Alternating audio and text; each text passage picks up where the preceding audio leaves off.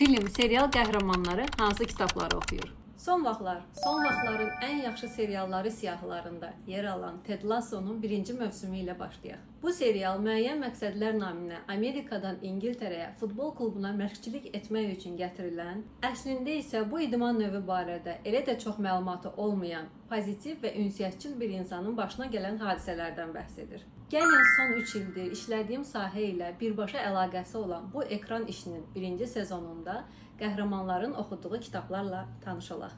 Pilot seriya Ted Lasso ilə köməkçisinin təyyarə göyərtisindəki dialoqu ilə başlayır. Lasso uçuş vaxtı bit nəslinin qabaqcıllarından biri olan Amerikalı yazıcı və şair Jack Kerouac'ın Dharma Yolçuları kitabını oxuyur. Bu roman bir çox cəhətdən müəllifin avtobiografiyası hesab olunur. 32 yaşlı yazıcı buddizmə qoşulduqdan sonra aydınlanma yolunu, həyat ideallarını və insanlarla münasibətini bu kitabda sözlərə köçürür. Maraqlıdır ki, Lassonu da Kerouac kimi qarşıda böyük yeniliklər və dəyişikliklər gözləyir. Onun köməkçisi, məşqçi Bird'ün əlində isə İngiltərənin məşhur köşə yazarı Jonathan Wills'un elmi publisistik tərzdə qələmə aldığı Tərsinə çevrilmiş piramida futbol taktikalarının tarixi adlı kitabı görürük.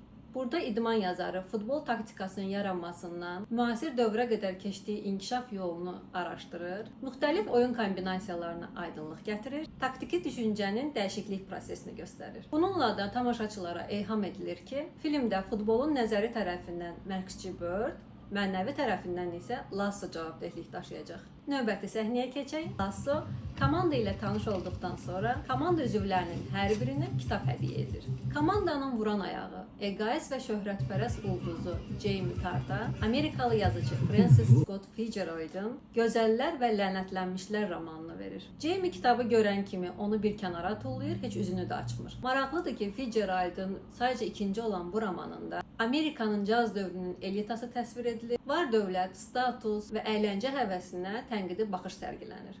Həmçinin yazıçının bu əsərində həyat yoldaşı Zelda ilə münasibətlərindən ilhamlandığı ehtimal edilir. Komandanın hədiyyə alan digər üzvü kapitan Roy Kent olur. Onun payına Amerikalı yazıcı Madeleine L'Engle'in Zamanda Çat kitabı düşür. Elmi fantezi janrında qələmə alınan bu əsərdə paralel dünyalara səyahət etməklə etkin düşən alim atasını tapmağa çalışan Meg adlı qızın macəralarından bəhs edilir. Kapitan kapitanlığını burada da nümayiş etdirir. Kitabı nəinki özü, bacısı qızına da oxuyur. Belə, bu dəfəlik bu qədər. Əgər rubrikanı bəyəndinizsə, davam edə bilərik. Hələlik.